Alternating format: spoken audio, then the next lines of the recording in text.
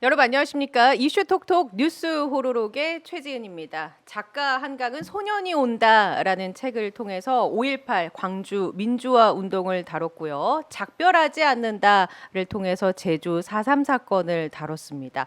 그래서 한때 그녀는 블랙리스트에 올랐고요. 좌파 작가, 빨갱이 작가라는 조롱을 받아야 했습니다.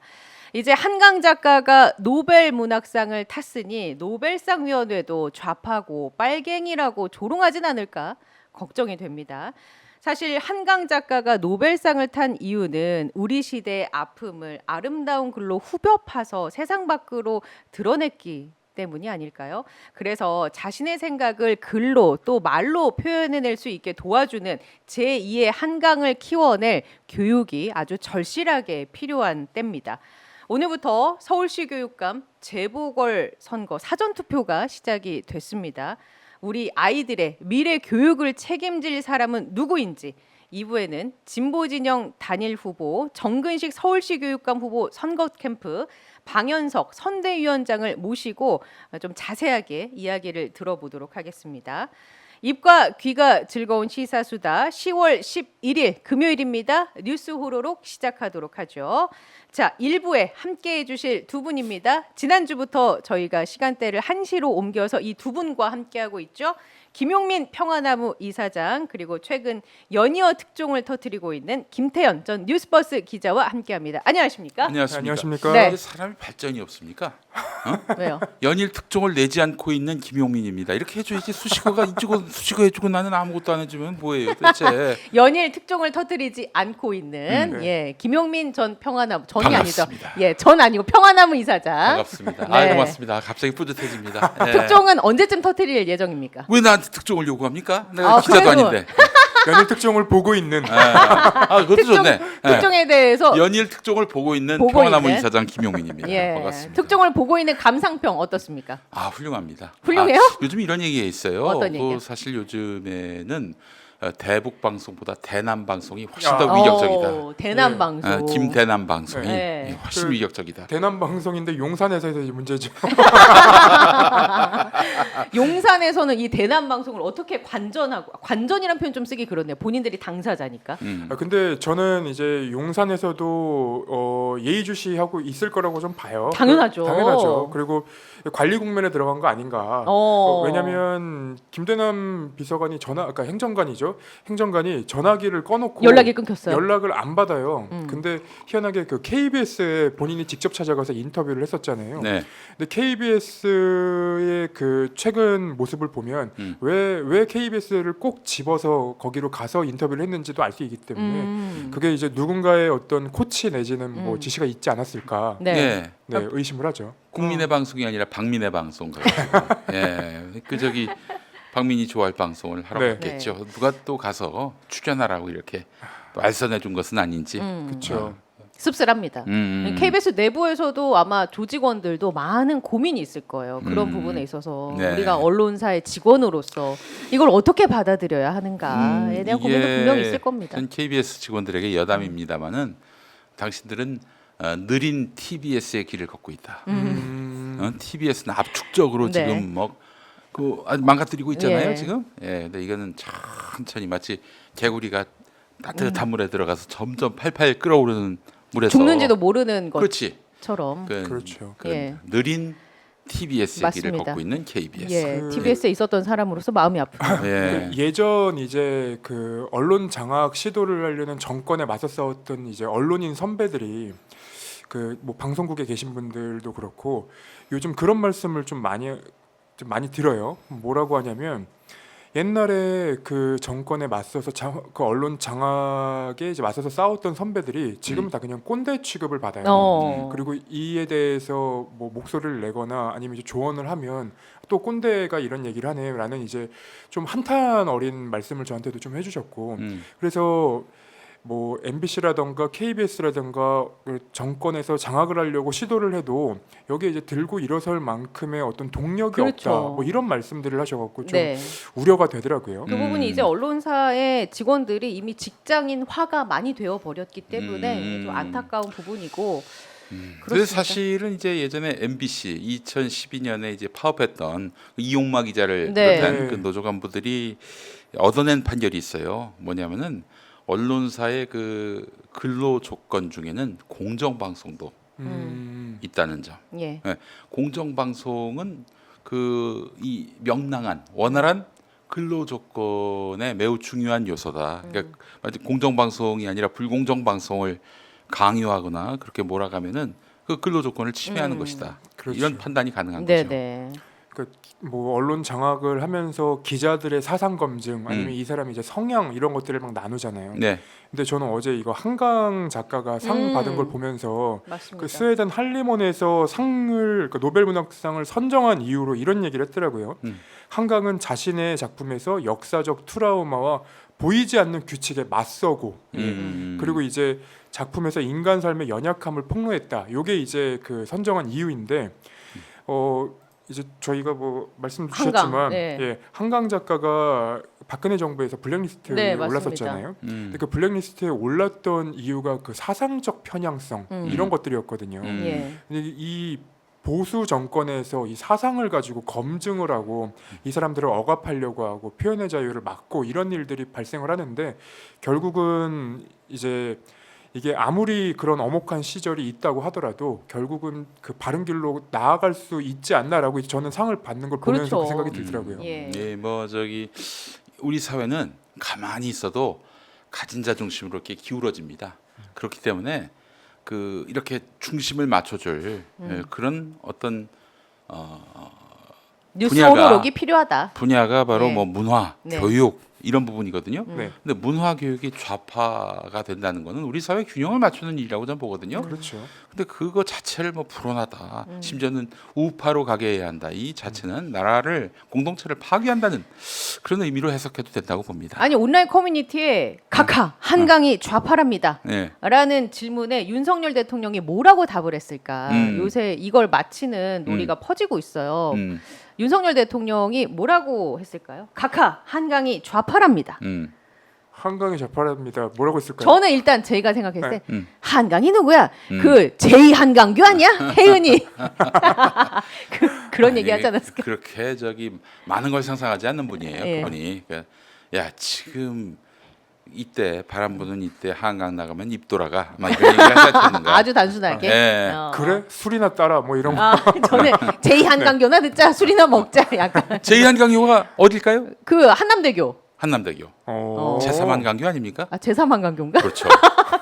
제1한강교는 한강 인도교고 제2한강교는 양화대교. 양화대교요? 아. 아, 갑자기 헷갈리네. 아프지 뭐, 말자. 아프지 말자. 예. 뭐 산으로 가네요. 아무튼 맞죠? 한강이 제2한강교 아마 양화대교일 거예요. 예, 댓글로 달아주십시오. 방송 보고 있는 제3 한강교가 한남대교는 그럼. 맞죠? 예. 제2 한강교가 어딘지 모르겠네요. 예. 아무튼 여러분 아시는 분들은 예, 댓글로 달아주시고요. 음. 자, 그러면 오늘 얘기로 들어가 보도록 하죠. 두 분을 모셨으니까 최근에 이제 한동훈 국민의힘 대표가 좀 뭔가 정면 돌파에 나서는 건가? 약간의 기대감을 좀 갖게 하는데 이게 약간의 기대감으로 그칠지 이걸 뚫고 나갈지는 좀 지켜봐야겠어요. 어떤 말을 했냐면 검찰이 어떤 계획인지는 알지 못하지만 이제 김건희 리스크에 대해서 국민이 납득할 만한 결과를 내놔야 한다. 검찰이 국민이 납득할 수 있는 결정을 해야 한다. 이런 말을 내뱉고 있거든요. 네. 예, 이것의 속내 뭐가 있다고 보세요?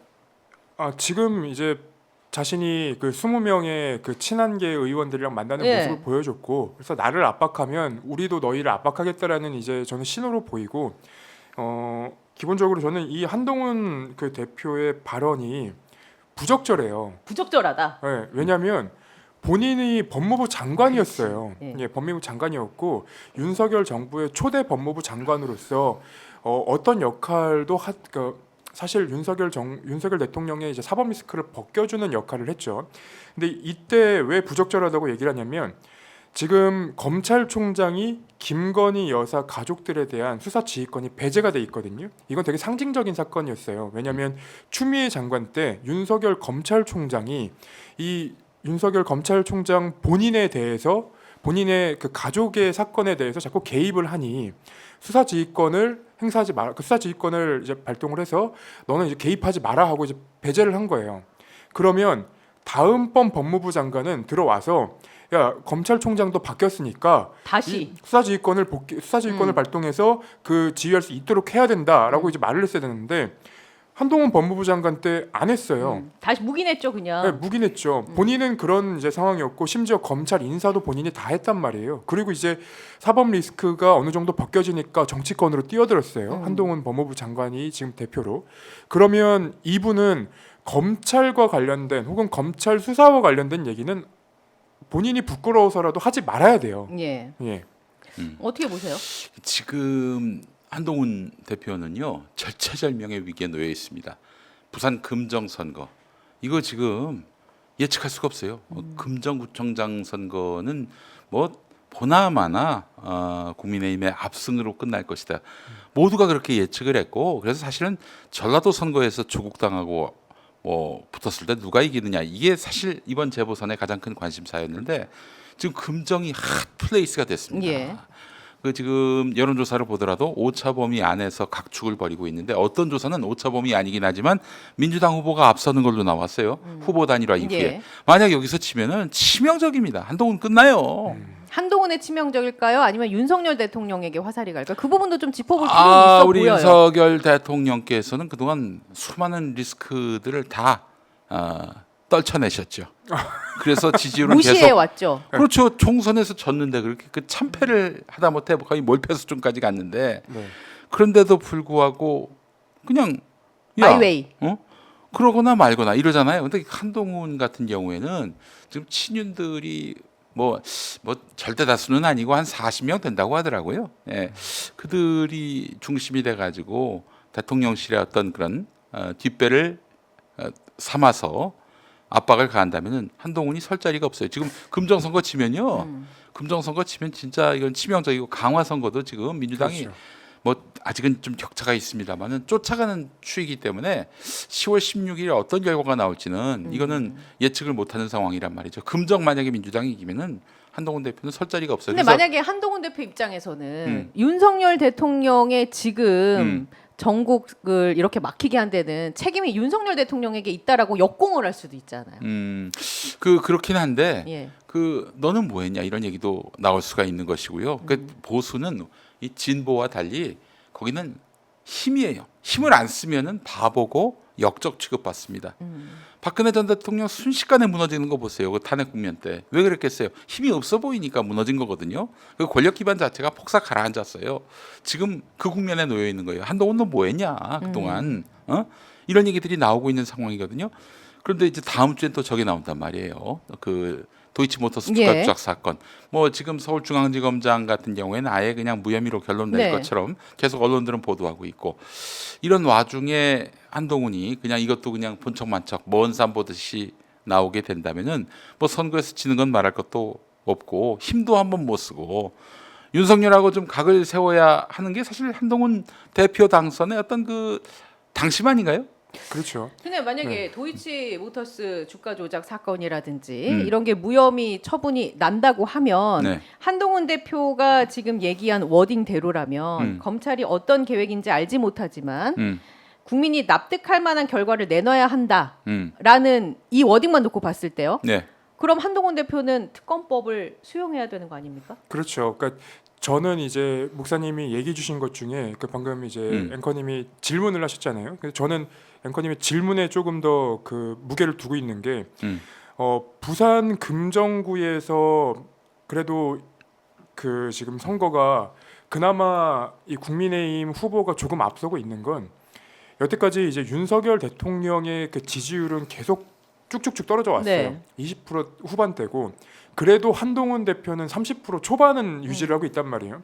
두 사람은 거의 이제 정치 공동체이기 때문에 거의 지지율이 같이 움직이고 있는데 한동훈 대표의 그 지지율이 그나마 조금 높은 건 이 윤석열 대통령에 대한 뭐 보수 지지자들의 이 원망 또는 이제 좀 불편함이 있는 것 같아요. 그 윤석열 대통령보다도 사실은 김건희 여사에 대한 그 불만이나 네. 그런 것들이 좀 더 있는 것 같은데 그래서 이번 금정구 선거를 패배하고 나면 한동훈 대표는 당연히 그 얘기를 할 겁니다. 아니 대통령의 지지율 그리고 의정 갈등의 어떤 여파 때문에 이렇게 될 수밖에 없었다. 나는 의정 갈등이나 이런 것들을 해결해 보려고 노력했지만 대통령이 독대를 하지 않아서 그리고 해결해야 할 의지가 없어서 나는 어떻게 할 수 없었다. 그래서 우리는 그 정당, 그러니까 국민의힘에서 따로 나와서 우리가 당을 만들겠다. 이렇게 이제 깨고 나올 가능성도 저는 있다고 이 보거든요. 신당 창당설이 또 나와요 지금. 근데 그렇지 않아도. 그렇게 보지 않는 분들도 많이 있더라고요. 뭐 여의도에서는. 저도 그 경우인데 아니 한동훈이가 신당 깃발 든다고 누가 따라오겠어요? 안 그 따라가죠. 지난번에 그 20명? 어유 원내교섭단체 구성하겠네.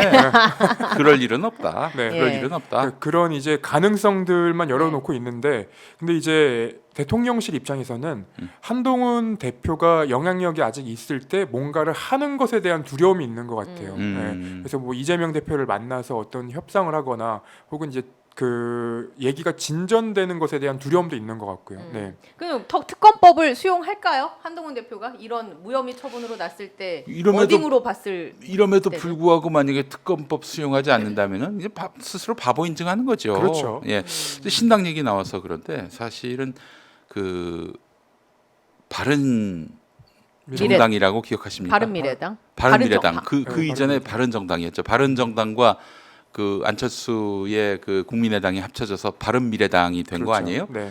네, 그 바른정당 때 그때 많은 그 국민의힘 그때 자유한국당 아니 그 이전에 새누리당 의원들이 탈당해서 바른정당에서 예, 유승민 의원. 유승민 의원 예. 중심으로 대선 체제를 구축했다가 뭐 대거 다시 돌아갔어요 자유한국당으로. 그들을 대거 자유한국당으로 돌아가게 만들었던 유승민의 워딩이 있었습니다. 뭐였죠? 이게 뭔지 아세요? 우리가 보수의 정의당을 할 수도 있는 것 아닌가. 아. 그러니까 당시 정의당의 이미지는 네. 수는 적지만 선명한 가치지향적 이념 정당 이렇게 얘기를 한 거죠. 근데 이 인간들이 거기에 격분을 한 거예요. 우리 보고 정의당을 하라고? 다 그냥 자유한국당으로 돌아갔어요. 정말 면이 많이 상하게, 체면 깎이게 그렇게 들어갔단 말이죠. 보수는 힘이에요. 그렇죠. 힘. 그 지금 이준석은 그럼 왜 탈당해서 지금 개혁신당 만들었느냐? 대선 때 합치려고. 결국엔 대선 때 합치려고. 그럼요. 지금 개혁신당을 데리고 나온 거는 이른바 2대남, 3대남의 마음을 그러니까 보수 쪽에 지난 대선 때 표를 던졌던 2대남, 3대남의 마음을 우리가 갖고 나간다. 그 마음을 얻어서 음. 힘을 키워서 본인의 지분을 많이 갖고자 그래서 나중에 합병을 할 때 대선 때 합류를 해가지고 합당을 해가지고 그때 당내에서 나름대로 지분을 크게 갖겠다 이런 계산입니다. 여러분 분명히 아셔야 될 게 이준석 씨가 그렇게 소수 야당으로 머물 그런 분이 아니에요. 왜냐하면 그분이 뼈저리게 바른정당 그 사람도 바른정당 예. 있었어요. 그렇죠. 바른미래당에도 있었고 그때 이게 두 번 다시 할 일이 아니다라고 이야기했던 걸 제가 들었어요. 그 독자 노선을 구축할 걸로 아유 끝나지 독자 않는다. 노선 무슨 독자 노선이야. 예, 전혀 그렇지 않습니다. 예. 그래서 이번 총선 때 나름대로 자기 지분을 확보하고 대선 때 다시 들어가서 그 안에서 이제 핵심 노릇을 하겠다 아마 이런 뜻이고 더 나아가서는 이제 대선 출마도 가능한 40대에 그렇죠. 접어들었거든요. 40대에 접어들었죠. 대선에 도전할 가능성도 있어요. 그렇기 때문에 바른 정당에서 경험했던 이준석 대표가 뭐 계속 지금 개혁신당에서 남아가지고 정치한다 이렇게 생각하면은 안 되고 그런 향후에 그가 갈 길을 미리 예측해놓고 협력을 하든 뭐 경쟁을 하든 네네. 그래야 한다. 네. 그러면 유승민 전 의원이 한동훈 대표를 두고 유체 이탈도 이런 유체 이탈이 없다라고 비판을 했던데 한 네. 기사를 보니까 이거 역시 지금 같은 맥락이라고 보면 되는 걸까요? 그때 당시에 그렇죠. 법무부 장관이었고 예, 법무부 장관이었고 그 김대남 씨 녹음 파일 보면은 검찰 인사도 하게 해주고 예. 그런 얘기들이 나오거든요. 그러니까 윤석열 정부의 초대 법무부 장관을 하면서 그 검찰 인사를 다 해줬어요. 그러니까 하게 해줬어요. 그리고 검찰 인사를 하면서 어떤 힘까지 실어줬냐면 그 인사 관리에 대한 그래서 그 인사에 대한 고위공직자 인사에 대한 권한을 또 법무부에 넘겨주는 그런 모습도 보여줬단 말이에요. 심지어 판사들에 대한 인사까지, 그렇죠. 인사 검증까지. 네. 예. 그래서 결론적으로는 이 윤석열 대통령의 사법 리스크를 어느 정도 벗겨주고 왔죠. 예를 들면 그 징계를 받았었거든요. 검찰총장 때 정직 2개월. 추미애 장관으로부터. 그렇죠. 근데 이제 법무부가 대상이에요. 그러니까 원래는 추미애 법무부대 윤석열 검찰총장이었는데 이 정권이 바뀌면서 한동훈 법무부대 이 윤석열 검찰총장이 돼버린 거예요. 예. 그러면 이 소송을 하는 두 사람이 같은 편이 돼버린단 말이에요. 그렇죠. 그래서 패소할 결심한 할 거 아니냐라는 그렇지. 얘기도 나왔었고 실제로 패소했어요. 실제로 패소했죠. 음. 그리고 나서 이제 상고, 그러니까 대법원에 다시 한번 그 묻는 그 절차도 안 밟았어요. 그래서 완전히 그 사법리스크 벗겨졌고, 그리고 손준성 검사라던가 아니 그때 이제 고발 사주에 연루된 검사들을 승진을 시켜주면서 그렇지. 이 사람들이 입을 못 열게 만들어줬어요. 그래서 이 일련의 과정들로 이제 윤석열 대통령의 사법 리스크를 벗겨주고 본인이 정치권으로 그 보온으로 이제 온 거 아닙니까? 예. 근데 도이치모터스라던가 뭐 여전히 그런 이제 문제들이 남아 있음에도 불구하고 이 본인이 해결하지 못한 그런 여러 이제 이슈들이 남아 있음에도 불구하고 지금에 와서 야 이거 검찰이 납득할 수 있는 결정을 해야 된다 이러면은 야, 이건 검사들 놀리는 거예요. 그리고 예전에 제가 검언유착 사건 때 한동훈 그 검사장과 예. 그 채널A 기자들이 한 네네. 카톡 내용을 제가 확보를 해서 보도를 했었는데 거기에 뭐가 있냐면 뉴스타파가 이 도이치모터스를 보도하자마자 네. 한동훈 그 당시 검사장이 이 채널A 기자한테 공작치곤 수준이 이렇게 보내요. 그러니까 애초에 도이치모터스를 공작이라고 보고 있었던 거예요. 근데 지금에 와서는 국민의 눈높이.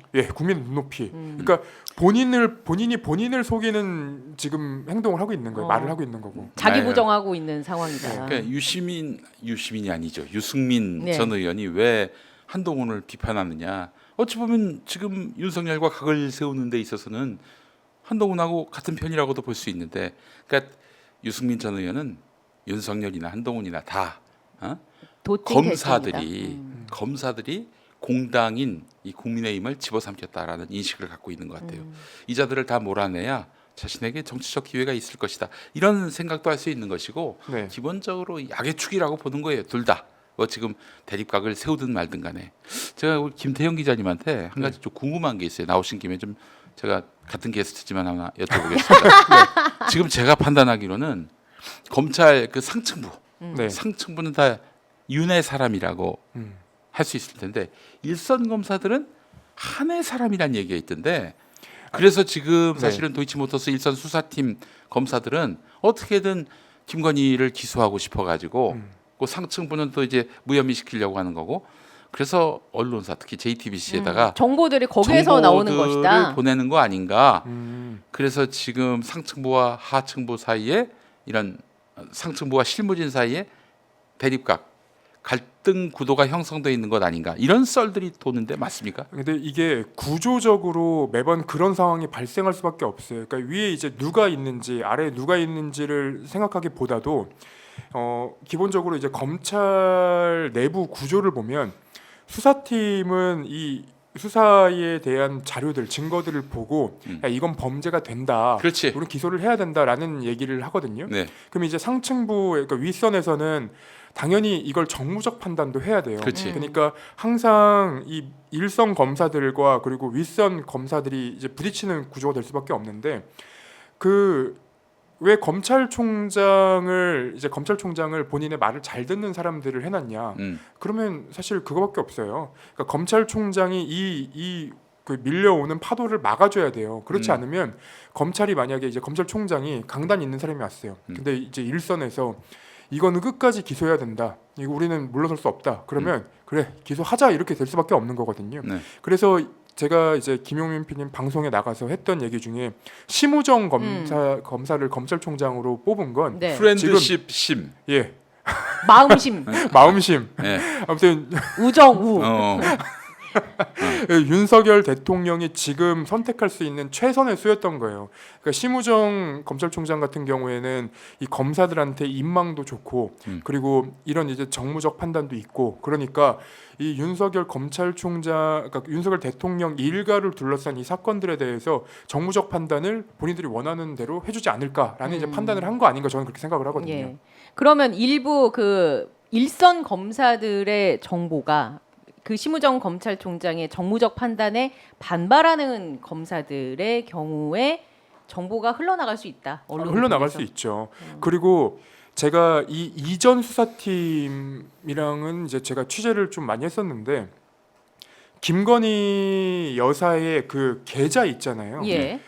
그러니까 원래는 이게 윤석열 대통령이나 그 여권 관계자들이 자꾸 2년 넘게 문재인 정부 2년 넘게 수사를 했는데 뭐 기소 못하지 않았냐 이런 얘기를 하잖아요. 근데 2년 넘게 수사를 한 건 아닙니다. 그러니까 수사를 당연히 배당을 받고 갖고 있죠 수사팀에서. 근데 그 사건을 수사가 제대로 진행이 안 됐던 거예요. 왜냐면 사실 그 문재인 정부 때에 검찰의 중심은 서울중앙지검장 시절부터 윤석열 전 검찰총장이었기 때문에 그런 거 네. 아닌가요? 아니 그렇죠. 5년 중에 4년을 검찰 요직에 있었어요 우리 윤께서 네. 윤곽하께서. 황태자잖아요. 황태자. 네. 문재인 정부의 검사 황태자인데 그 어떻게 거기서 저기 김건희 수사를 하나? 그렇죠. 네. 그 황태자인 사람의 수사를 했을 경우에 어떤 후폭풍이 올 줄 알 수가 없잖아요.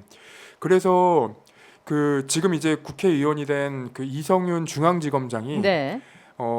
중요 수사를 할 때 이제 윤석열 검찰총장한테 직접 이런 얘기도 들어요. 뭐 네가 지금 눈에 뵈는 게 없냐? 뒤지고 싶어서 환장했냐? 이런 얘기들을 해요. 아, 윤이 이제 이성윤 의원한테 네, 그러니까 그 서울중앙지검장 시절에 그러니까 검찰총장이 중앙지검장한테 그렇게 얘기를 할 정도였단 네가 말이에요. 뒤지고 싶냐? 네. 아. 그 이제 얼마 전에 라디오 나와서 이제 공개하셨더라고요. 제가 그 얘기를 듣긴 했었는데 요거를 이제 너무 약간 이제 면이 상하는 얘기라서 네가 눈에 뵈는 게 없냐 정도로 제가 그때 예전에 단독 기사를 썼던 적이 있어요.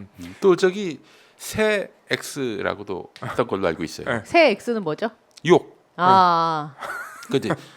윤석열 욕설은 하면 안 검찰총장이 됩니다. 네, 저희 윤석열 대표님께서 검찰총장이 이성윤 서울중앙지검장한테 예. 새땡 어. 맞죠? 네, 맞죠. 네. 예. 근데 그렇게 검찰총장이 대놓고 압박을 할 수 있을 정도였어요. 서울중앙지검장한테. 그럼. 그러면 또 서울중앙지검장으로 있을 때 이성윤 의원이 왕따를 당했어요. 일선 검사들한테 맞죠? 네. 예 맞습니다.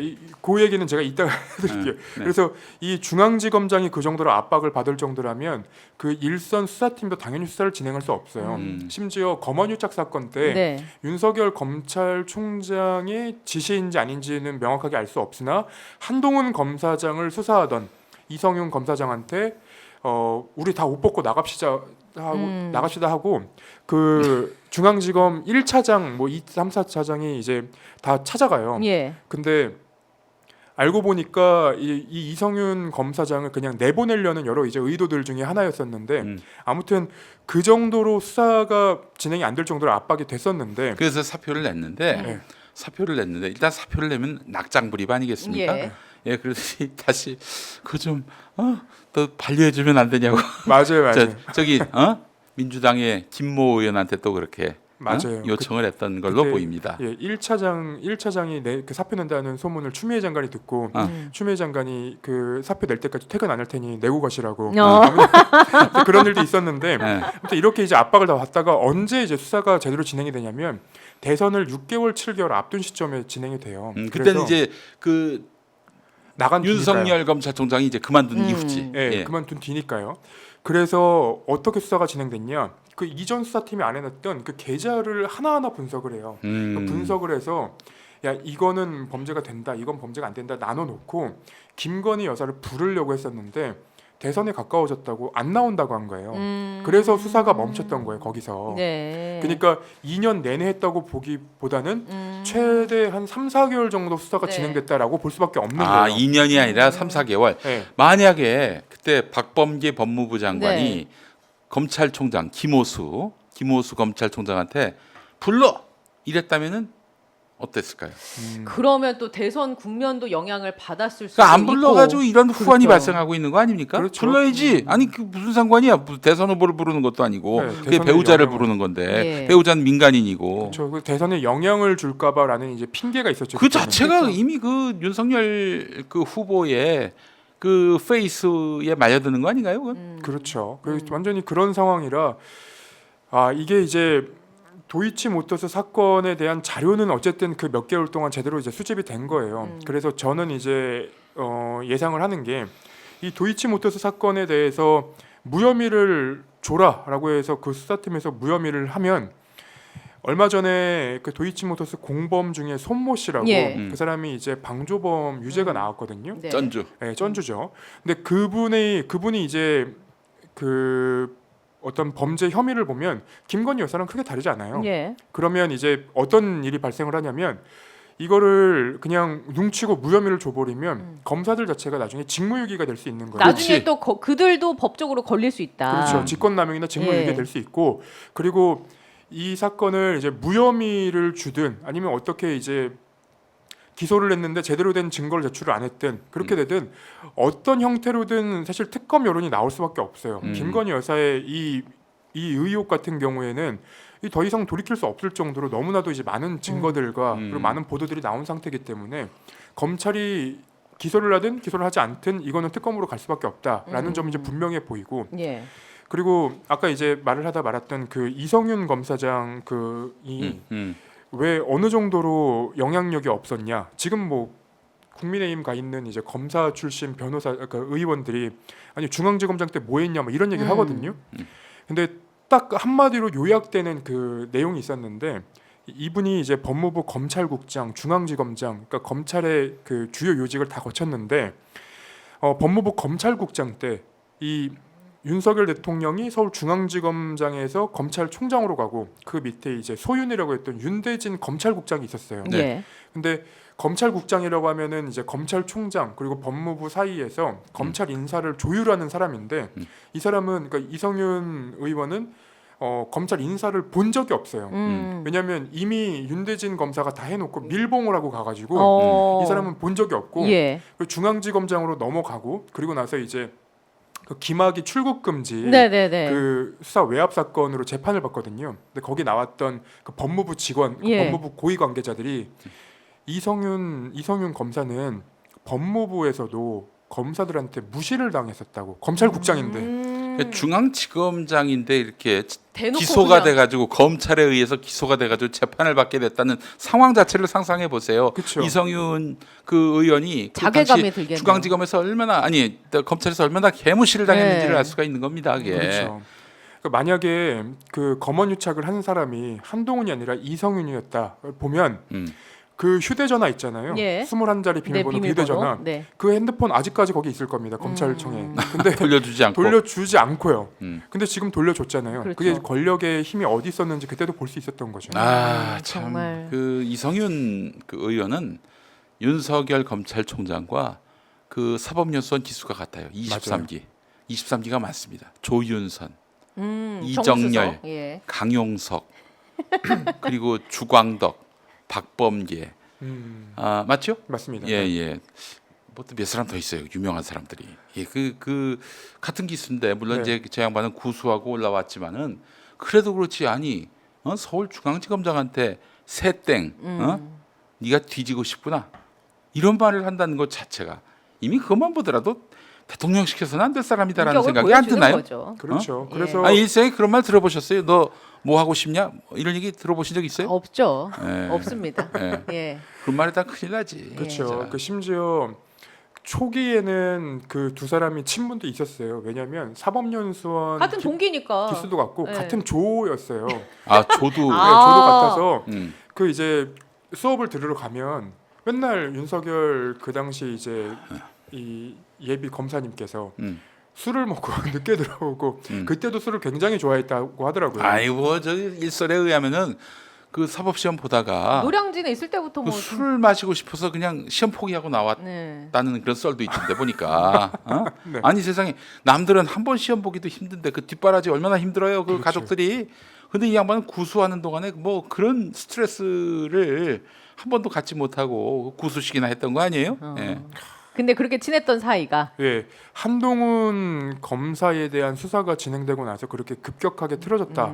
그러면 이제 윤석열 대통령과 한동훈 검사가 어떤 사이였는지 그렇지 알 수 비밀을 있고. 공유하는 거지. 그리고 저는 한동훈 그 대표가 이번에 도이치모터스와 관련해서 그 특검을 받아들이지 않는다. 네. 그러면 저는 정치 인생은 거기서 끝입니다. 그렇지. 네. 왜냐하면 정치 공동체예요. 그러니까 지금에라도 각을 세우고 반대파로 뒤집어 서야, 그러니까 돌아서야 내가 정치인으로서 뭔가를 하겠다라는 결의를 보여주는 그쵸. 거지 그게 아니면 거기서 끝입니다. 이제 봐야죠. 지켜봐야죠. 각성을 하고 특검을 수용하느냐 아니면 그냥 여기에서 주저앉느냐. 이건 우리가 좀 관전을 해볼 포인트입니다. 근데 김건희 특검법으로 그 결국에는 도이치모터스 특검이 이루어지는 거 아니에요? 근데 그렇죠. 김건희 특검법에는 또 지난 총선 여러 가지 의혹이 그 8가지가 공천과 들어갔죠. 관련한 네. 내용도 있고 그러면 한동훈도 수사 대상이 될 수 있는 건데 그렇죠. 그것 때문에 지난번에 김건희 특검법을 당론으로 부결시켰던 거 아니에요? 자, 그래서 저는 복잡한 셈법이. 한동훈 대표가 네. 김건희 특검법을 과연 수용할 수 있을지 지금은 말로는 수용할 것처럼 얘기하지만은 그건 두고 볼 일이다 이렇게 생각을 합니다. 예. 자, 그러면 이제 검찰 얘기 나와서 이 건으로 한번 넘어가 볼게요. 윤석열 대통령의 명예를 훼손했다는 혐의로 언론인이 기소가 됐습니다. 신학림 전 언론노조 위원장, 김용진 뉴스타파 대표, 한상진 기자 4명의 정보통신망법 위반 이런 사건과 관련해서 법원이요. 검찰과 피고인에게 현재 공소 사실 중 공소장 일본주의 원칙에 위배되는 부분을 검토하라는 취지의 성명을 요청했다고 그러니까 합니다. 공소장 일본주의란 말은 예. 다른 말로 미국주의, 뭐 영국주의 그게 아니고 네. 한 개의 본, 네. 한 개의 본, 예. 한 개의 본이 예. 그 본 담겨 사건에? 있느냐. 예를 네. 들면은 그냥 검사가 예컨대 어떤 피의자를 완전히 나쁜 놈으로 몰고 싶어서 막 이런저런 편견을 갖게 만드는 그런 내용이 바로 공소장 일본주의 원칙에 반한 것입니다. 그러니까 백화점식 나열이 아니라 예. 메인 요리 딱 하나만 그러니까 집어서 이 해라. 인간이 도대체 뭘 잘못했다는 어. 건데 그 분명히 밝히라고. 그게 그렇죠. 일본주의예요. 그러니까 공소장 일본주의가 왜 문제가 됐냐면 이런 거예요. 이 사람을 나쁘게 보이고 싶은 거예요. 그래서 공소장이 뭐 지난번에 이 사람이 가면서 저 노상방뇨도 하고 저기 침도 뱉고 다 했어요. 나쁜 사람이라는 이제 그런 내용들이 담겨져 있는 거예요. 왜냐하면 비유적으로. 지금 자기들이 이제 기소한 내용을 보면은 이 사람 유죄로 입증하기가 쉽지 않아. 그래서 이 인간은 원래 가짜 뉴스 유포하고 막 시나리오 쓰고 있는 그런 인간이다. 그렇기 때문에 이놈은 혼내줘야 된다. 그런 이렇게 거죠. 뭔가 그렇죠. 덕지덕지 이런 네. 나쁜 편견을 심어줘서 증거는 별로 없는데 네. 그렇게 유죄를 만들려고 하는 게 바로 일본주의. 공소장 일본주의에 네. 위배되는 검찰의 그렇죠. 공소장이라 하겠습니다. 그래서 법원이 이제 공소장 변경하라 그런 얘기를 한 거잖아요. 네. 그러니까 이거를 좀 하나하나 살펴봐야 되는데 이게 윤석열 대통령과 무슨 관련이 있느냐. 이 사건에 대해서 일단 잘 모르시는 분들 많을 것 같아요. 네. 이 사건 어떤 사건인지 한번 좀 짚어주세요. 그 어떤 커피 사건인지. 사건 아니에요? 커피 네, 사건? 커피 커피 타줬다라는 사건인데 그러니까 네. 이게 이제 기본적인 골격이 뭐냐면 네. 부산저축은행 수사를 하면서 특수부일 때, 특수부일 윤 그때 대통령이 중수부였죠. 중수부일 때, 중수부일 때 이 그 부산저축은행 수사를 하면서 부산저축은행에서 이 대장동 시드머니로 나갔던 그 여러 이제 혐의들이 있는데 그런 것들을 명확하게 수사를 안 해서 대장동으로 이제 퍼져 나간 거 아니냐라는 게 언론의 보도였어요. 네. 근데 이게 중수부가 그 당시에 제대로 수사를 했고 그리고 대장동과는 전혀 관련이 없다라고 하면서 언론사들이 허위 사실 유포를 했다고 수사를 시작했던 자, 거거든요. 이 사건 개요를 좀 설명을 드리자면은 일단 그 대장동의 그 시드머니가 되는 돈이 부산저축은행으로부터 왔는데 너무나 부당해가지고 결국 대검 중수부가 수사를 하게 됐어요. 수사 과장이 윤석열, 그리고 그 밑에 검사가 박길배라고 설모 씨라고 유명한 연예인이 있습니다. 그분의 남편 되시죠.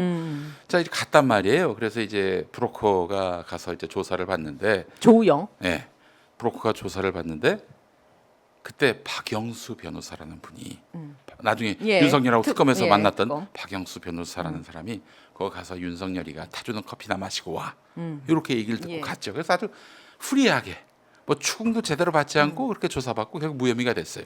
근데 수년 뒤에 수원지검에서 다시 수사를 했네. 유죄가 됐어. 그래서 결국 뭐야 그러면 대검 중수부가 수사를 어떻게 한 거야? 예. 이런 얘기가 나올 수밖에 없는 것이고 그 부분을 언론이 이제 뉴스타파가 보도를 했는데 예.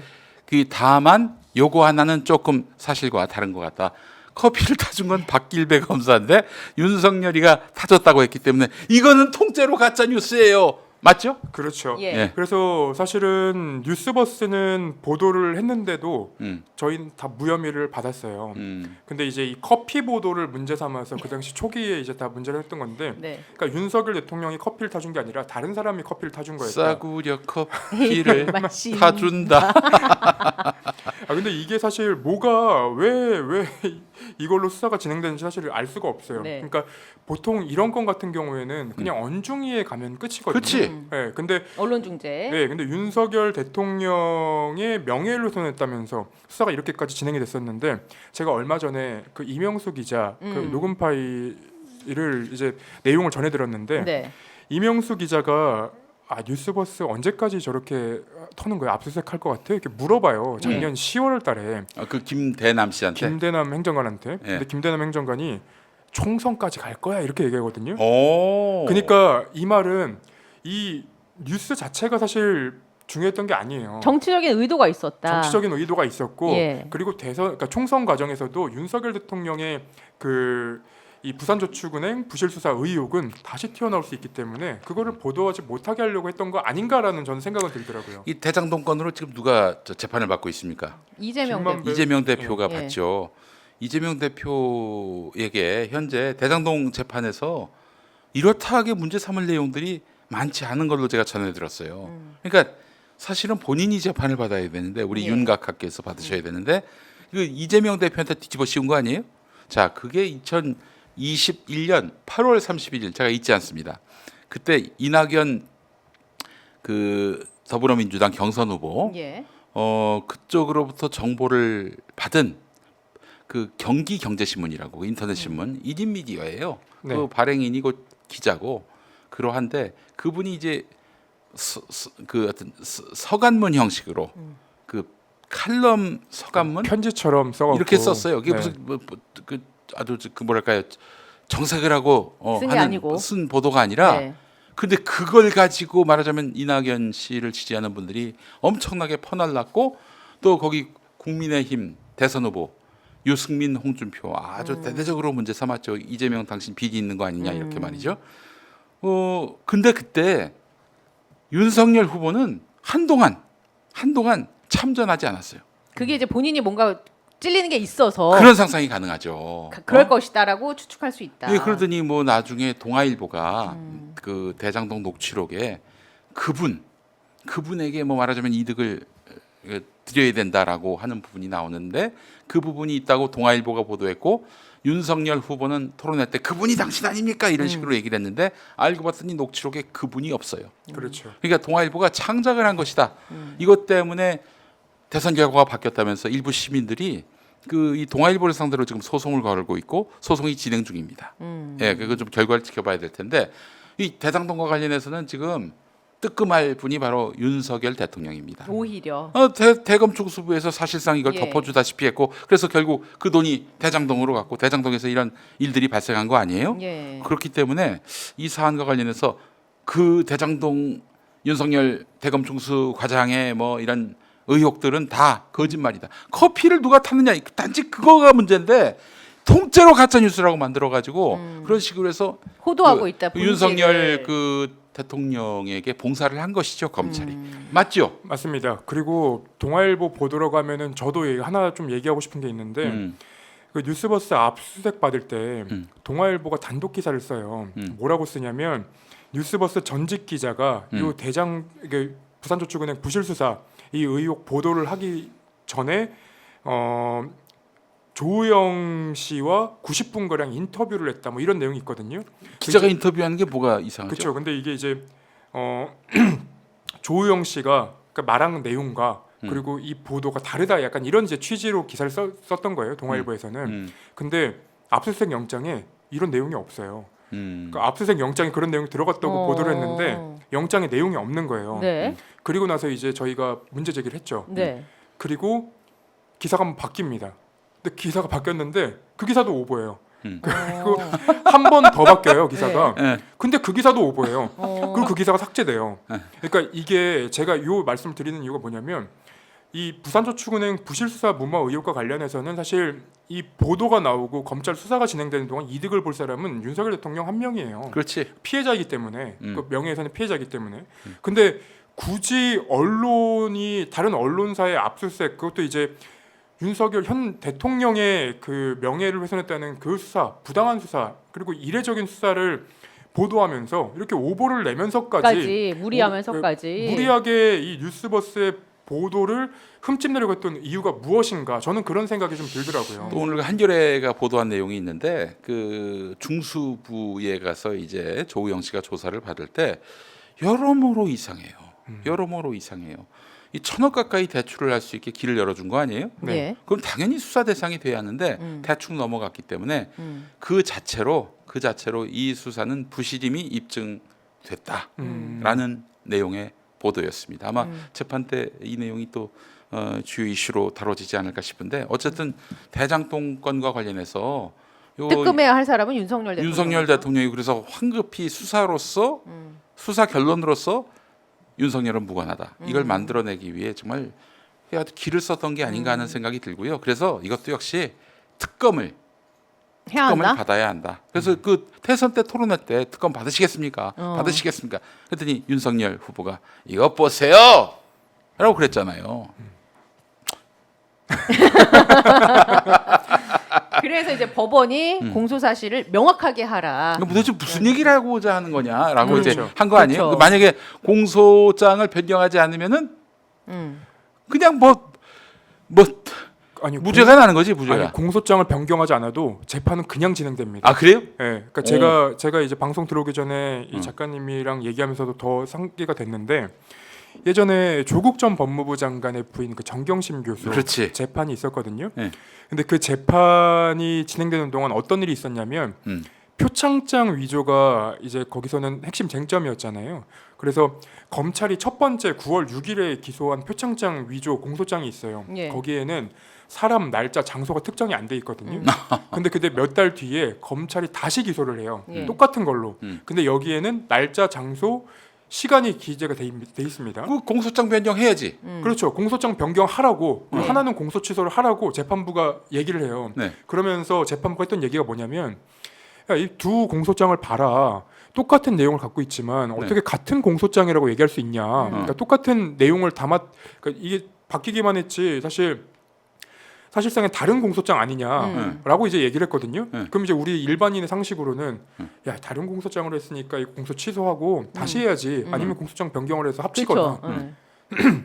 검찰이 굉장히 꼼수를 부립니다. 이거는 다른 공소장이니까 그럼 그대로 합시다라고 해서 이 공소장 두 개가 그대로 재판이 진행돼요. 각각. 그래서 판결문에 예. 이 앞서 이게 아무것도 기재 안 된 그 공소장은 다 무죄가 나오고요. 이걸로 유죄가 나온 거예요. 그러니까 재판부에서 아무리 바꾸라고 해도 검찰이 그냥 뭉개고 가면은 예. 재판은 진행이 됩니다. 끝까지. 근데 그 바꿔라. 네. 취소를 하든지 그 그 판사가 바뀌었어요. 중간에 바뀌었어요. 중간에 이름이 바뀌었어요. 아주 특이하던데. 그 이름이 또 인권이었는데 이거 인권이 들어갔어 이름에 인권이 들어갔어. 그래서 네. 야 이 이름값을 하는 판사님이구나 했는데. 그럼 이건 이제 그대로 그냥 공소장 변경 안 해도 진행이 될 수도 있다. 그러니까 검찰이 공소장 변경을 지적받는 재판이 굉장히 많아요. 그러니까 그때 이제 제가 재판에 들어갔던 것들 중에 공소장 변경을 하라고 지적을 안 받는 재판을 거의 못 봤어요. 네. 예를 들면 이제 환경부 블랙리스트부터 해가지고 네. 이런저런 재판들이 다 있었는데 그 모든 재판에서 제가 들어갔던 다. 대부분의 재판에서 공소장이 이게 뭘 얘기하는 건지 모르겠다. 음. 바꿔라라고 했는데 환경부 블랙리스트에는 유죄가 나왔어요. 심지어 공소장 변경을 안 하고. 그러니까 검찰이 얼마나 그냥 본인들 멋대로 하는지가 그냥 그러니까 드러나는 이게 거죠. 정치 예. 기소라는 얘기지. 그렇죠. 정치 기소. 예. 정치적 의도를 갖고 한 기소라고 말할 수 있기 때문에 네. 공소장이 이 인간은 나쁜 인간입니다. 내가 새라는 욕이 나올 뻔했네. 이 인간은 나쁜 인간입니다. 막 이렇게 지금 예. 얘기하고자 그렇게 말도 안 되는 것들을 기록했다가 그렇죠. 공소장 일본주의가 그렇죠. 심대하게 위협받고 있다 이렇게 지적을 듣는 거예요. 네. 예. 재판에 들어가서 저도 벌써 한 4년 5년 전에 그 공소장 일본주의 기사를 진짜 많이 썼던 것 같아요. 그러니까 너무 이제 혐의와 관련 없는 내용 그리고 배경으로서 설명할 필요가 없는 내용. 그러니까 사실 공소장에는 이 사람은 뭘 하는 사람이고 어떤 범죄를 저질렀고 이런 뭐 이렇게 해서 처벌을 이렇게 해서 이제 이런 혐의가 있습니다 정도를 보여주면 되는데 이 사람은 누구랑 친하고 그러니까 이것저것 그냥 막 다 어. 때려 넣으니까. 이렇게 처벌받은 적 있고 뭐 이런 걸 써버리니까 음. 사실 재판부 입장에서는 이 공소장 일본주의 위반이다라고 이제 음. 얘기는 하는데 그게 그렇게 얘기를 하더라도 예. 재판이 그냥 그대로 진행되는 경우를 많이 봤거든요. 저는 김용민 이사장이랑 그럼 친하게 지내면 안 되겠네요. 왜요? 이런 검찰의 행태라면 나중에 뭐 조사받으러 갈 때 제가 낑겨 넣어 들어갈 확률도 높잖아요. 제가 오늘 이 방송 마치고 예. 저기 사무실 가서 최지은 팬클럽을 결성하겠습니다. 저 이미 있습니다. 있어요? 예, 네이버에 아. 있습니다. 아, 있어요? 예, 팬클럽이 있습니다. 다 다음에 만들면 되겠네. 다음에다가. 저 예. 지은 사랑으로 제가 아주 그 깊숙하게 친한 사이인 것처럼. 네. 왠지 공소장에 뭔가 막 낑겨 들어갈 것 같아가지고 이런 행태되고 예, 나면 예, 예, 예. 자 그럼 다음 아이템으로 들어가면 명태균 씨가 요새 뭐 여기저기 뭐 국가 뭐 언론 뭐 여기 뭐 국힘을 막 흔들고 있어요. 특히나 언론과의 접촉이 부쩍 많아지고 있는데 등장하는 사람들도 뭐 김종인 전 비대위원장도 나오고요, 홍준표 대구시장도 나오고 명태균의 일단 이런 광폭 행보 어떻게 봐야 됩니까? 명태균의 광폭 행보 근데 말도 왔다 갔다 하고. 그러니까 검찰 얘기를 하니까 네. 했으니까 잠깐 그 얘기를 더 하고 가자면 네. 명태균 씨가 자기가 포렌식해서 핸드폰을 살려놨고 네. 그리고 김건희 여사가 윤석열 대통령을 칭해서 오빠라고 부르지 않았다 이런 네. 얘기했잖아요. 그러면 기존의 검찰의 그 어떤 프로세스대로라면 이 사람이 증거 인멸의 우려가 있기 때문에 바로 구속 수사를 해야 그렇죠. 되거든요. 그렇지. 근데 그렇게 얘기해도 아무런 수사가 진행이 안 되고 심지어 뭐 지금 불기소를 한다는 맞아요, 얘기까지 나왔잖아요. 맞아요. 그러면 이 사람이 갖고 있는 게 무엇인가, 실제로 갖고 있는 건 맞는 것인가, 그러니까 이런 부분은 좀 더 이제 관심을 갖게 되는데 막상 말만 있어요, 말만. 예, 말만 있고 별다른 이제 증거들이 안 나오니까 이걸 100% 믿어야 되는가? 사실 이런 이제 얘기들도 좀 나오기 시작하더라고요. 제가 어디서 듣기로는 지금 창원지검의 최고위직에 계신 분이 그 예전에 윤석열 검찰총장 때 문재인 정부하고 각을 많이 세웠잖아요. 그때 이 프로스의 아주 명논객이었다는 얘기가 있습니다. 누구를 두둔하는 명논객인지는 여러분 뭐 잘 아실 거예요. 그러니까 그분이 이게 우리 저 윤각하와 김 박사, 한남동 김 박사 누군지 아시겠죠? 네. 예, 그 두 사람을 지키기 위해서 지금 수사를 좀 흐릿흐릿하게 하고 있는 게 아닌가 하는 생각이 들고요. 아니 근데 명태균 씨가 휴대전화 포렌식을 했다고요? 포렌식을 해서 4대에 갖고 있다. 4대 근데 포렌식을 했다. 그 검찰에 제출한 거는 꽁폰이었다면서요? 그니까요. 6개월마다 뭐 한 번씩 교체를 하고. 네, 그러니까 제가 이제 의문을 갖고 있는 부분이 딱 그거예요. 네. 아니 기존의 검사들이라면 검찰의 이제 관행이라면 이미 압수수색을 하거나 그치. 아니면 이제 구속 수사를 해야 돼요. 왜냐하면 이 사람이 증거 증거를 인멸. 인멸을 하는 거, 본인이 증거 인멸하는 건 범죄가 안 돼요. 그러니까 빨리 구속 수사를 하는 거고 거기에 더 나아가서 증거 인멸 교사를 또 할 수 있거든요. 그러니까 이런 이제 모든 거를 일종의 빨리 차단을 해서 하드디스크 삭제도 지시하지 그렇죠. 않았나요? 그것도 이제 보도가 예. 나왔었죠. 그러면 지금 증거를 인멸하고 있다는 건 분명한 사실인데 그러면 바로 구속을 해야지. 그리고 게다가 지금 이 사람이 뭐 온갖 형태로 다양한 정치인들의 이름을 거명하면서 지금 흔들고 있는데 못하는 이유가 무엇일까? 진짜 이뭐 비밀스러운 무언가를 폭로할 것이 염려돼서 그런 것은 아닌지, 그래서 내버려두고 있는 것은 아닌지 하는 그런 생각을 갖지 않을 수가 없어요. 그렇죠. 그리고 구속시킬 경우에 네, 네. 뭐 한 달 안에 뭐 무슨 하야한 탄핵이 네. 탄핵 정도가 아니라 하야를 시킬 수 있다 이런 말을 정말 두려워하는 것은 아닌지 네. 그런 생각도 들고 실제로 지금 당에서 57만 맞아요. 명 당원 연락처. 명부가 명태균에게 들어갔다 이런 얘기가 지금 나오고 예. 있잖아요. 사실이라면 이거는 이건 보통 메가톤급 그 상황이 아닐 수가 없을 것 같아요. 이게 이제 노종면 의원이 예. 보도 자료를 내서 주장을 했습니다. 음. 그 국힘의 당원 명부 56만 명의 전화번호가 명태균 씨에게 유출이 됐는데 네. 여론조사 기관을 운영을 했잖아요. 네네. 명태균 씨가. 네. 그래서 여기에 흘러 들어갔을 가능성 그렇게 치면 이게 그럼 어디서부터 흘러갔느냐? 국힘 혹은 특정 캠프의 핵심 관계자가 이걸 넘겼을 가능성. 근데 이제 제가 궁금한 게 네. 그 안심번호로 넘겼다는 거 아니에요? 그렇죠. 안심번호로 넘기면 20일 뒤에는 그 안심번호로 걸어봐야 걸리지가 않아요. 예. 근데 그걸 갖고 여론조사에 활용을 했다? 여론조사를 시행을 해서 여론 네. 조작에 활용됐을 가능성을 배제할 수 없다. 그러면은 대선을 앞두고 언뜻 상상할 때 그러면은 그 번호 갖고 그 20일 지나서도 활용했다라는 얘기 아닌가요? 그것까지는 뭐 확인할 바는 없으나 그거 제가 잘 이제 몰라서 하는 이제 얘기입니다. 그래서 이제 이거는. 국힘 쪽에서는 예. 본인들이 어떻게 흘러 들어갔는지 조사할 예정이다라는 입장을 밝혔습니다. 그런데 이거를 여론조사로 활용한 것은 문제가 안 된다라고 국민의힘이 선을 긋던데 안 되죠. 안 되죠. 그걸 왜 여론조사에 활용합니까? 예를 들면 후보가 자기를 알리고 또 홍보하기 위해서 문자를 보낼 수는 있어요. 그 확보된 네. 그런 정보로 적법하게. 당으로부터 받은 네. 정보로. 근데 그게 아니라 그걸 여론조사에 쓴다? 일단 여론조사는요.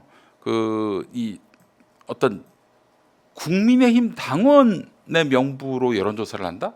말이 안 되지 않나요? 그 당원 명부를 넘겨서 그걸로 여론조사를 하면 그 당내 경선 룰 바꿀 때도 이용을 했을 수도 있다는 생각이 갑자기 그렇지. 드네요. 그 이재명 대표와의 뭐 1대1 대결에 있어서 아니 당원들한테 물어보면 당연히 이재명 대표 좋다는 사람이 어디 있어요? 그러니까 뭔가 대세론을 만드는데 유포했을 가능성을 이제 노정현 악용했을. 의원은 그렇죠. 예. 그런 것을 언급을 하고 있죠. 그래서 불법적인 방식으로 시행한 조사 결과를 활용해서 여론을 조작하고 경선 결과에까지 영향을 미친 범죄의 가능성을 우려를 하고 있는 것이죠. 네. 이렇다면 이제 문제가 커진다. 네. 그렇죠. 예. 구체적으로 넘어갔는데 책임 당원과 대의원의 맞습니다. 성별 네. 그리고 선거구와 함께 연락처가 안심번호 형태로 이제 담겨서 넘어갔다. 예. 네, 근데 이게 이제 각 후보들한테 다 넘겨졌는데 예. 후보들 중에 누가 줬는지는 알 수 없고. 그렇죠. 예. 그래서 조사를 통해 밝히겠다라고 지금 입장은 나왔습니다. 아니 뭐 누구한테 줬는지는 누구로부터 명태균 씨가 받았는지는 너무나 명약 관화하지 않나요? 그래서 네. 이제 이 부분을 네. 과연 윤석열 대통령은 또 어떤 입장을 내놓을 것이냐. 그때 당시 대선 주자였기 때문에 네네. 그것도 이제 우리가 지켜봐야죠. 근데 최근에 대통령실의 해명이 나오는 거 보면은 해명이 오락가락하거든요. 그러니까 처음에는 명태균 씨와 일면식도 없다고 얘기했다가 취임 전에, 그러니까 선거 전에 아마 2번 만났다, 아마 이런 네. 얘기들이 나왔을 텐데 이거는 양립할 수가 없는 얘기예요. 그렇지. 예, 일면식도 없는데 2번 만날 수는 없는 거잖아요. 2번 만났는데 일면식이 없을 수는 없는 거고. 그러니까 제가 볼 때는 그 사실 제가 이제 김대남 녹음 파일 얘기를 계속하고 있는데 김대남 행정관이 얘기했던 내용대로라면 이 김건희 여사의 여전히 권력 서열이 대통령실 제일 높고 이 참모진이 해명을 해야 되는데 김건희 여사에게 질문을 못 하고 있는 상황 아닌가. 그래서 매번 이 의혹이 나올 때마다 다른 해명이 나올 수밖에 없는 그런 상황 아닌가라고 저는 의심이 되더라고요. 그게 지금 상황을 정확하게 전달하고 어떻게 대응할 것인지에 대해서 논의를 할 수가 없는 거야. 불편한 얘기를 했다가 무슨 또 욕을 바가지로 먹을지 염려가 돼서. 저 이런 개인적인 궁금증이 드는데요. 지금 여기저기서 용산과 관련된 지금 루머, 의혹 등이 쏟아져 나오고 있잖아요. 네. 지금 취재를 여태까지 해 오셨으니까 네. 주변 취재를 용산은 지금 김건희 여사 특히 이런 상황에 대해서 어떤 전략을 구사하고 있을까요? 아, 이거 추정의 영역입니다. 우리 사실 개인. 이거는 제 추측보다도 사실 뭐 김대남 씨가 얘기해줬던 내용을 그냥 얘기를 하면 컨트롤 타워가 없고 결정을 못 하고 있다. 그래서 그렇지. 우물쭈물하다가 시간만 보내고 있다. 사실 이거예요. 그럼 아무도 없다. 아무런 결정을 못 한다. 누구도 김건희 여사조차도 김건희 여사가 결정을 해야 되는데 김건희 여사가 결정할 수는 없는 상황이니까요. 네. 그 사람이 왜 결정을 합니까? 그냥 그 사람은 경험만 받을 뿐이에요. 법상으로 받는 혜택. 물론 법적으로는 그런데 자, 저한테 이제 물어보시죠. 예. 취재를 안 하시는 김용민 씨 물어봐 주세요. 추정의 영역이니까 네. 취재를 안 하는 김용민 이사장님 보시기에 종교인으로서, 예, 종교인으로서 종교인으로서 뭔가 이런 영역을 예, 우주의 기운을 모아서 우주의 기운을 받아서 이런 사태 속에서 이게 박근혜 정권 때하고 많이 닮았어요. 기시감이 있습니다. 그렇습니다. 거기에 가장 큰 문제는 공식 라인과 비선 라인. 응? 그 비선 라인에 힘이 실리고 공식 라인은 거의 뭐 흑사리 껍데기 같은 그런 존재. 사실 공식 라인이라고 하는 것은 비서실장, 그 밑에 수석, 그 밑에 비서관, 그 밑에 행정관 그렇잖아요. 네. 근데 지금 그 용산 대통령실은 그런 공식 라인이 완전히 허물어졌다. 아니 그 황하영 씨의 아들 그 사람이 대통령실 있죠. 그렇죠. 예, 이렇게 뒷덜미를 잡고 갔다. 아니 네. 김대남 행정관이 나이도 훨씬 많고 그런데 뭐 반말을 한다는 얘기가 있어요. 뭐 그런 얘기도 지금 나오고. 김건희 여사에게요? 아니 그 저 누구에게? 황하영 씨 아들이 아들이 김대남 그 아. 양반한테 뭐 반말도 하고 네네. 뭐 그 정말 모욕감을 느끼게 할 만한 그런 행동을 한다. 그 이건 뭐 나이도 뭐 무슨 어떤 서열도 뭐 개통도 없이 돌아가고 있는데 지금 김건희 여사의 그 최측근으로 통하는 행정관 모 행정관이 그 보수 정편 출신인데 그 사람이 사실상 김 여사의 그 마음 김심을 읽고 사실상 그 메시지 관리를 도맡아 하고 있는데 이 사람의 메시지가 이 유통이 안 된다는 거예요. 유통이 됐다가 또 큰일 날 수가 있기 때문에 예. 그래서 이게 서로 엇박자가 나고 엉뚱한 해명을 하고 거짓말 해명을 하고 이런 사태가 촉발된 게 아닌가 종교인으로서 영역을 모아서 그렇게 추정을 해봅니다. 질서가 없다. 질서가 그냥 없어. 지금 이게 바로 혼돈의 그 상태다. 레드덕 그 상황까지 오게 된 것 같다. 데드덕, 레드덕이 아니죠. 데드덕 상황까지 오게 된 것 같다. 데드덕 상황까지 왔다. 네. 그렇게 제 말이 맞는지 틀리는지. 이게 네. 추정의 영역이니까요. 네, 그렇죠. 그렇죠. 예. 추정의 영역이. 이 하여튼 비선 라인이 활개치고 공식 라인이 별 그 힘을 못 쓰면요 망하게 돼 있습니다. 틀림없이 망하게 돼 있어요. 근데 비선하고 일을 하면은 왠지 이 공식 라인은 법 따지고 규정 따지고 그러니까 할 얘기도 못 하고 지시하고 싶은데 지시도 못 하고 그런데 예. 비선 라인은 얼마나 입안에 달달한 혀와 같습니까? 그렇죠. 여기서부터 이제 정권에 어떤 망조가 들기 시작하는 거예요. 비선을 의존하다 보면은 아니, 십상시 얘기 나오고 뭐 그쵸. 문고리 권력 얘기 나오고 지금 또 벌써 그러잖아요. 아니 뭐 십상시 얘기에 대해서 하실 말씀 있으신 거 아니에요? 십상시 얘기는 사실 뭐 지금 김대남 행정관이 얘기를 해서 김대남 행정관만 얘기한 것처럼 뭐 해명들을 하시던데 그 안에 계신 분들 중에 십상시 얘기를 한 분이 김대남 행정관 한 분일까요? 아니지. 그러니까 근데 여기까지만 추가로 얘기할 예, 전 열심히 취재를 하고 있습니다. 네. 추가로 또 십상시 들으신 바가 얘기가 있다고. 나와서 그런데 그 지금 개혁신당간 조웅천 의원 예. 이 양반이 박근혜 정권 때 그 저기 청와대에 있었잖아요. 박관천 경정 사건 때문에 결국에는 그 쫓겨나듯이 이렇게 청와대를 나왔는데 그 뒤로 이제 민주당 온 거 아니에요? 그때 이 사람이 그 정윤회 등 이 비선 실세들에 대해서 아주 이를 갈게 된 거예요. 그래서 그 양반이 나와가지고 이제 나름대로 이제 음식점을 차리려고 했어요. 먹고 살아야 되니까. 경기도에서 그래서 생각했던 그 이름이 두 가지가 있는데 첫 번째 정윤 횟집, 두 번째 십상 스시. 예. 농담이에요 진짜. 아 진짜예요. 진짜 그렇게 말씀하셨어요. 아 그래요? 예, 그 아. 양반이 좀 재미가 있는 양반이에요. 예. 예. 아니 그 검찰이 총선 개입 의혹 네. 김건희 여사랑 이제 명태균 씨, 김영선 전 국힘의원 다 무혐의, 그러니까 공직선거법 위반 혐의 적용하지 않기로 이런 결정을 내렸어요. 창원지검이죠? 예. 창원지검 그 저기 유명 논객, 네. 그 2%의 유명 논객, 네. 그 검사가 지금 거기 지검장으로 있는 걸로 알고 있는데 맞나요? 그렇죠. 그분이 지검장이 맞습니다. 네. 예, 이름을 얘기해도 뭐 지검장인데요. 뭐 네. 정유미 검사장이라고. 정유미. 예, 그분이 이제 2%의 옛날에 글 올렸던 걸 제가 본 적이 있었는데. 어떤 글을 올렸습니까? 아, 그 윤석열 저기 띄워주는 거지. 그러니까 예전에 그 추미애 장관 때 나도 커밍아웃 한다고 커밍아웃 검사들 그 기사들이 한번 올라왔던 적이 있거든요. 네. 거기 몇 면을 보면 야 어떤 분들이 이제 어떤 요직에 갔나 이게 보는 재미가 있어요. 그 중에 뭐 예를 들면 그 이복현 검사 그런 예. 사람들도 이름을 올렸었고 그리고 주요 수사를 했던 여러 이제 사람들 중에 제가 기억이 나는 사람이 몇 분 계신데 얘기를 하면은 명예훼손 걸릴까봐 일단은 두고 네. 이 두봉도 있습니까? 그분들은 대부분 있어요. 거기에 이제 지금 이제 현 그 윤석열 정권의 핵심에 계신 그 검사 출신 분들한테 오빠라고 부르는 분들도 계셨고, 아 그래요. 네, 그러니까 검사들끼리는 뭐 오빠 형 이렇게 부르는 것 같더라고요. 그래서 그런 이제 글들을 보면서 야, 이 검찰 내부는 아주 그냥 그 굉장히 따뜻하고 가족 같구나. 좀 그런 생각했었거든요. 가족 같구나. 네. 아니 왜요? 가족 같구나. 아니, 가. 아니 왜요? 제가 뭐 표준어를 구사했지 나는 않습니까? 아무 말도 안 가족 같구나. 했습니다. 네. 오연호 대표님 나는 아무 말도 안 했어요. 저는 모르는 네, 일입니다. 아무 말도 안 했어요. 나는. 가족 같구나. 네. 네. 네. 네. 갑자기 식은땀이 나요. 네. 아무튼 요게 네. 이제 그 검찰의 창원지검에서 불기소를 한 사건이 경남도 성관위에서 그 지난해 12월에 그 회계 책임자 그리고 정치자금법 위반 혐의로 창원지검에 고발을 하고 그리고 김영선 전 의원이랑 명 씨 등 5명을 수사 의뢰를 했는데 이게 왜 한 거냐면 김영선 전 의원이 2022년 6월 1일 치러진 국회의원 보궐선거에서 창원 의창 지역구에 당선된 뒤에 그해 8월부터 2월까지 수십 차례에 걸쳐 9천여만 원을 명태균 씨한테 준 것으로 보고 자금 흐름을 수사 중인 거는 이제 수사 네. 중이고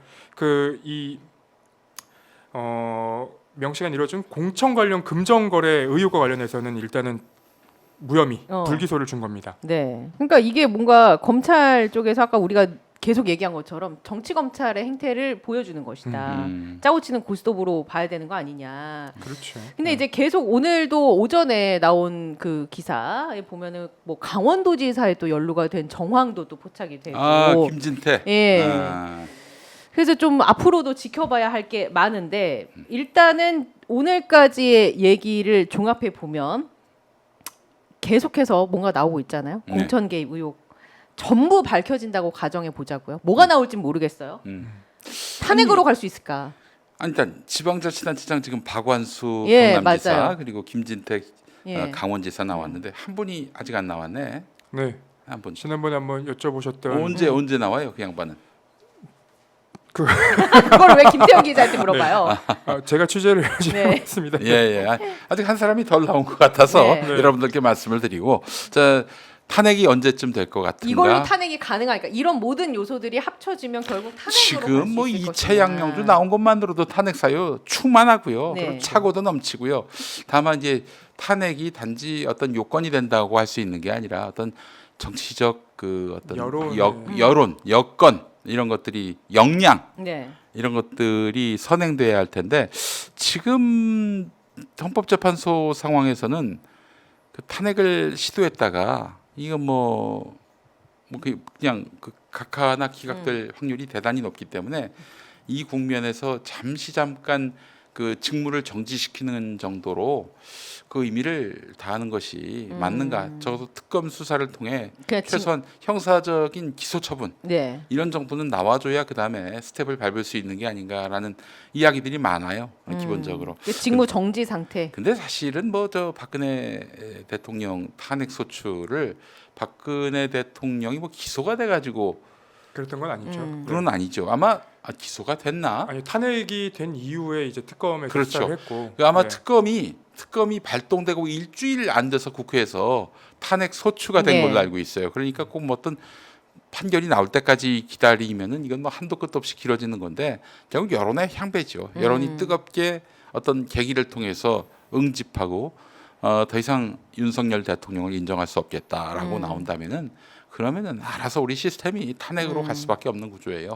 아직은 좀 여론을 성숙시키는 단계인데 저는 국민의힘에서 특검 그 반란표가 나와가지고 그래서 200석을 채워야. 200석이 아니라 이제 3분의 2가 예.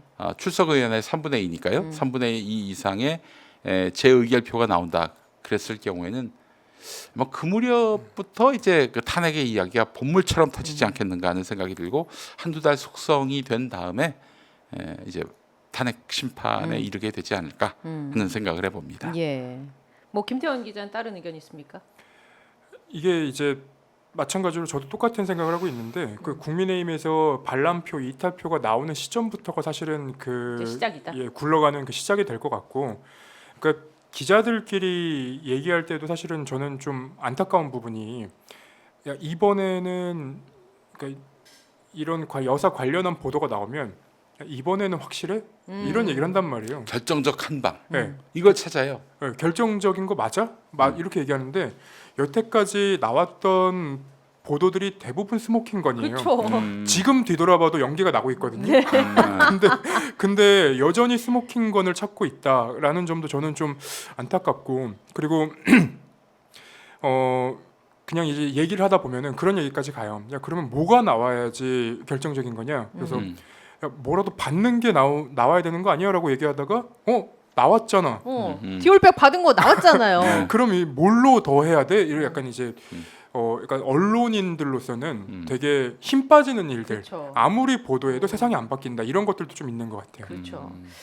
알겠습니다. 자, 오늘 10월 11일 금요일 자칭 자칭이라고 해야 될까요? 특종을 관망하고 있는. 네. 네. 아 그렇게 수식어를 넣어주세요 좀. 예. 그냥 김용민 이사장 그리고 저 사람 취재 열심히 하는 김태형 기자 뭐야 그럼 난 뭐하러 불렀어 그러면 대칭적으로 예. 대칭적으로. 예. 특종을 관망하고 있는 네. 이 사태에 네. 어떤 하늘과의 교감을 통해서 네. 예, 썰을 풀고 있는 핵심적인 관전자. 네. 관전자. 네. 김용민 이사장님과 함께 얘기 나눠봤고요. 어. 열심히 발로 네. 뛰고 취재를 하는 우리 김태현 전 뉴스버스 기자와 함께 이야기 나눠봤습니다. 불금 잘 보내시고요. 네. 다음 주에도 건강하게 네. 만나도록 하겠습니다. 네. 예, 조심히 들어가세요. 네, 고맙습니다. 감사합니다. 고맙습니다. 감사합니다.